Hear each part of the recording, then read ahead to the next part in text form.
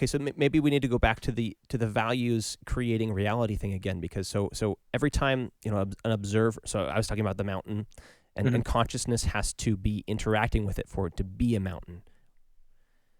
At least from my perspective. And so is God creating the universe in a meaningfully different way than I create the universe with my consciousness?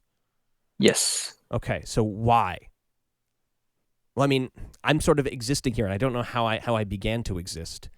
Well, the difference is that I had a beginning, but I wasn't in charge of my beginning. I happened to begin based on some pattern external to me, but God is the one, the being that has no beginning, has no end.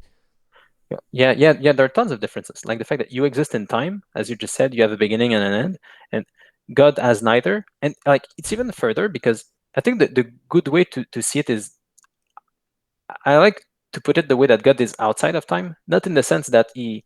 Sometimes when people hear this, they think sort of as God set everything forth in motion, sort of at the beginning, and then everything sort of flew forth. But that's just a clever way of putting God at the beginning of time, putting God in time. Like when people think about putting God outside of time, it more means that all of creation is one instant for God. It's more like when let's say we were talking about consciousness earlier.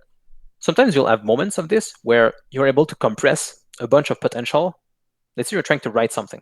Yeah. At some point, you can have a flash for what you're going to write in, let's say, the next 3 paragraphs. Like it can just sort of flash before you. You compress a bunch of time, a bunch of potential into like one moment that you'll actually, you can get the entire idea for like a novel in one instant like that. You can have like the beginning, the middle, and the end. Like you can have everything sort of spring forth in one instant.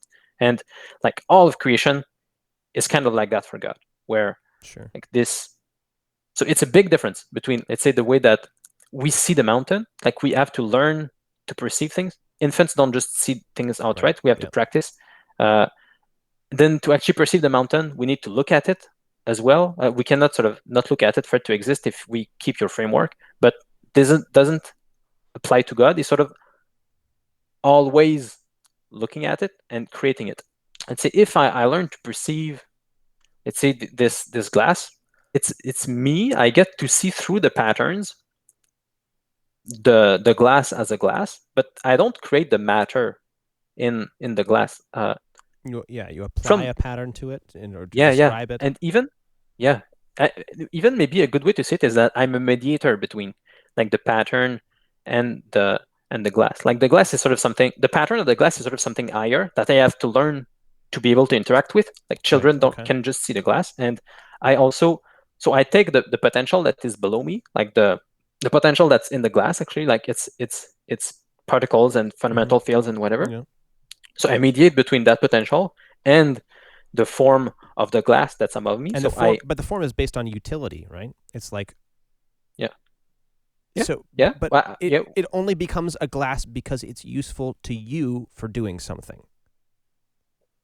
That's what I'm saying, is that I think you can say that, yeah. But let's say for God, who creates all of the objects, he sees all of their uses as well. Right. So it's like there's some. So it's like God's ideal. It keeps everything existing at all times because God is always observing everything, and also God has a plan for you and everything in the universe, right? Yeah. It's like because God has an ideal, or so it's like, so if things are created by reading a hierarchy of ideals into them, by having an aim, and God has an aim, and he can observe, and basically he can create the entire universe by having a plan for it. Yeah. In like one flash, one story. Right. Creates everything. Yeah. That's interesting.